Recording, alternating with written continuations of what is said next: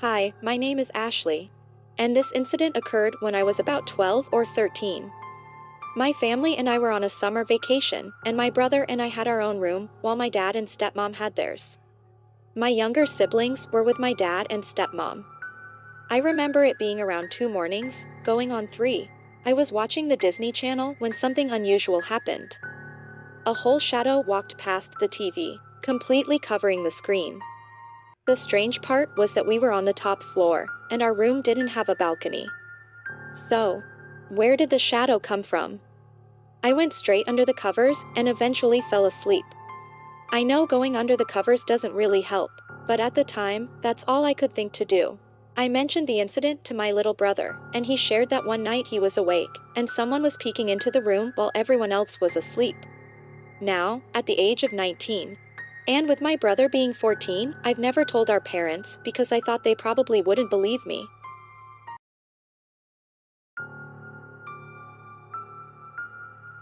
I was with my grandma, driving at night to a different city. She was listening to the radio, and I was watching TikTok when I saw something in the forest. I realized it was a woman. She stepped out of the woods and tried to break the car window. My grandma sped up the car. When he got to my cousin's house, I told them what happened. They thought we were just tired and seeing things. To this day, everybody thinks we're joking.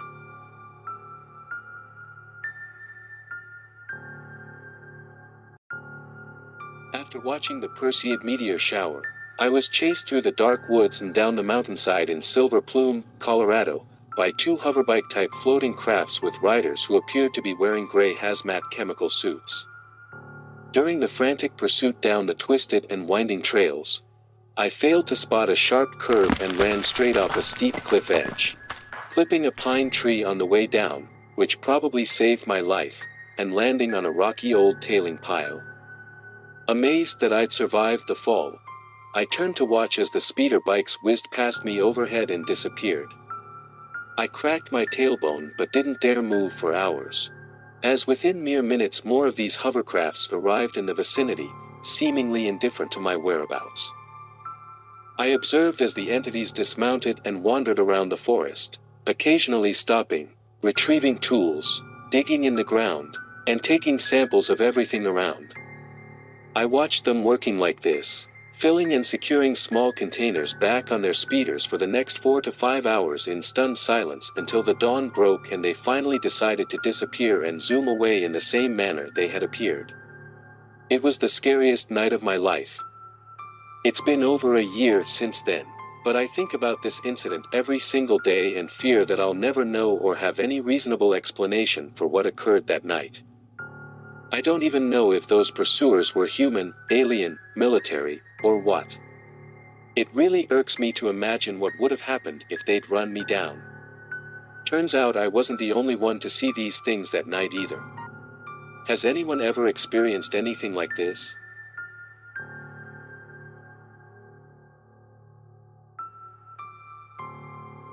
I had my buddy type something up for you.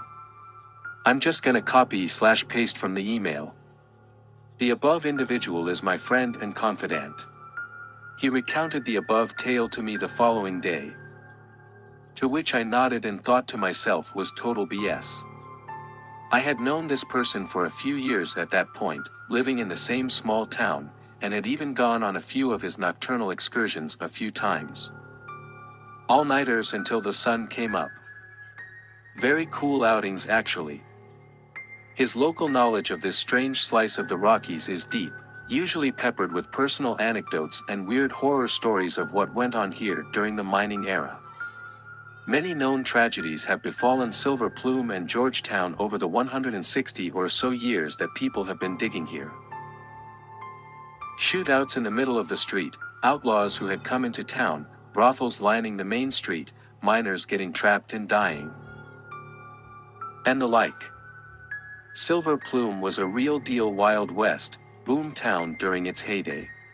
Share of wild stories up until that point from this person. I figured he took something and tripped out up there on the mountain by himself. I didn't think much of it actually. Being chased by hoverbikes through the woods. Okay, man. As a trail runner and fellow explorer of this gorgeous landscape, I had been on the trail in question many times at night and had never felt unwelcome or creeped out in any way, save being surprised by a deer or some small critter. There are many abandoned mine sites and old shacks littered all over the mountains around here, rusted out old machinery and rock processing equipment. Steel mining carts pitched over the edge of cliffs, mangled on the rocks below, mine tailings spewing their guts out into the open air, the debris and refuse of a mining industry that one day just up and left. People call this proud history. I call it a disgrace. An abandonment of responsible stewardship, but we're talking about the 1800s here, so I understand. And indeed there exist many Superfund sites around this area, if not the town itself, not sure. So, if there is any place one would hope to be scared, one need not look far. After recounting this outlandish story to me, he assured me he knew how crazy it sounded. He then proceeded to invite me that night to investigate further with him. Not one to turn down an adventure, I accepted. He suggested that instead of going back to where he was the night previous, we go to the other side of the valley up onto Republican Mountain, which is on the north side of town, and look south back across, over the town to Leavenworth Mountain and Pavilion Point, where he was supposedly chased, and see if we can see anything. I'll point out that the Perseid meteor shower is going on at this time. So at the very least, we will see some awesome shooting stars, so I was excited to go. I got some hiking stuff together, a headlamp, some water, and my binoculars. Not expecting to see anything extraordinary, except of course a great meteor show, I met my friend around midnight and we departed up the mountain.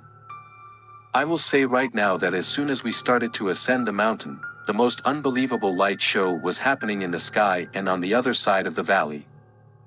To this day, I still can't believe that no one else saw what we saw. Understandably, you could not see it very well from town because of street lights and lights from houses, plus Silver Plume sits next to I-70 with lights lining the highway and cars driving by, but as soon as we started going up, walking parallel to town on the trail, it was unmistakable. The trail that goes up Republican Mountain runs parallel to town for about 300 yards before switchbacking the other direction, so looking to your right, across town, across the valley, over the highway, all you see is Leavenworth Mountain and Pavilion Point further east. As we walked up, you could see that the lights of the highway made sort of a canopy of light over the road, a visible line, so that anyone at road level looking up would be blinded from seeing anything on the mountain above. I had never seen a meteor shower until that point, and it was incredible.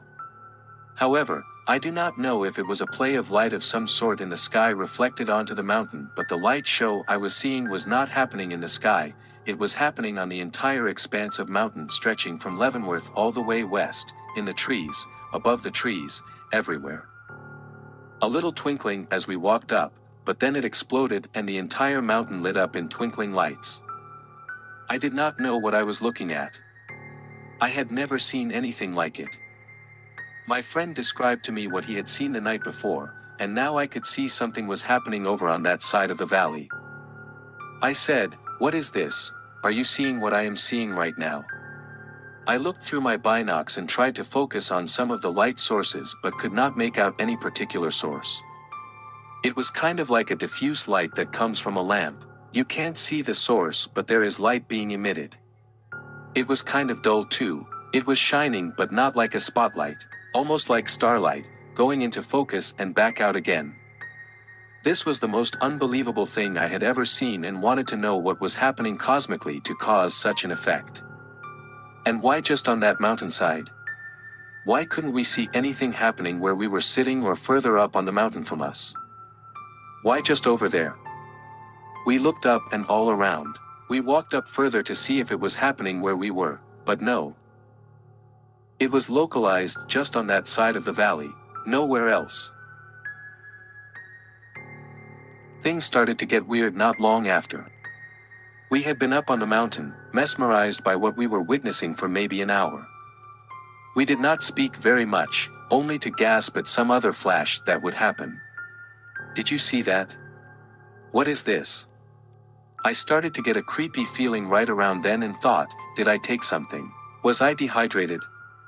Did I not eat anything today, and that is the reason for what I'm seeing?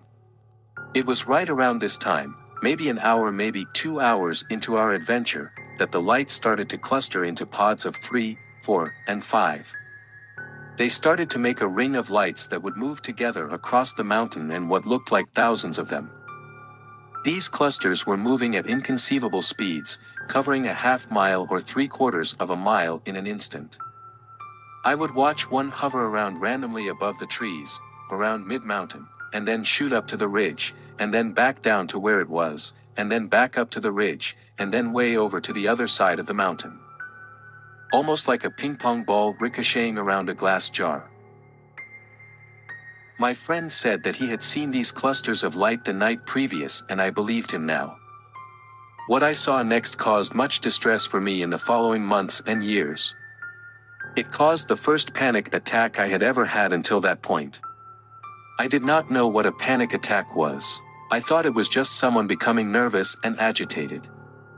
I did not know that a panic attack is a crumbling of your world, a complete turning upside down of everything that you thought you had control over or played some part in.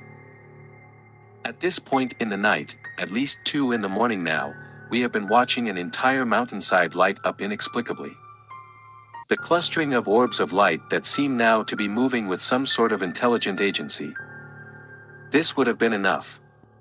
But then I caught sight of what I can only describe as a conically shaped tower. This tower, wide at the base and tapering toward the top, was now present on the side of the mountain.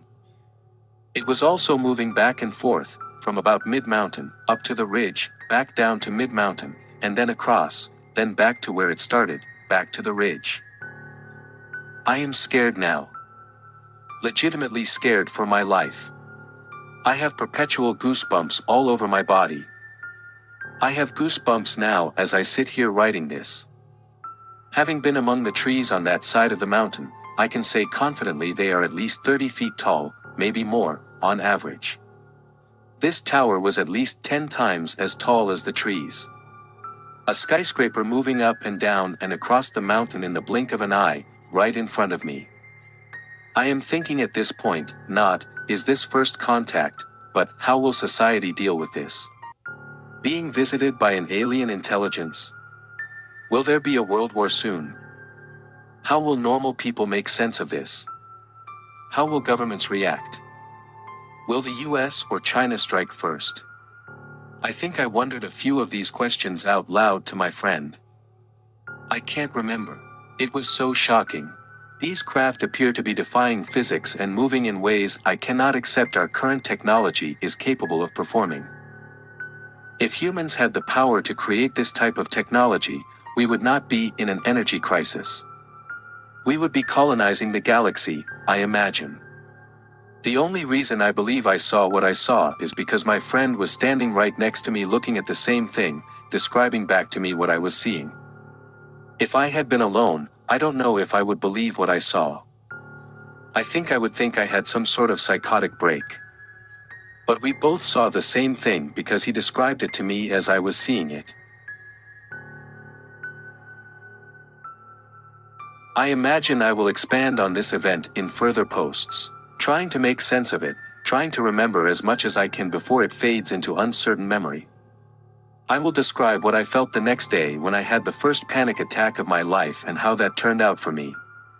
The most terrifying experience of my life. Until then.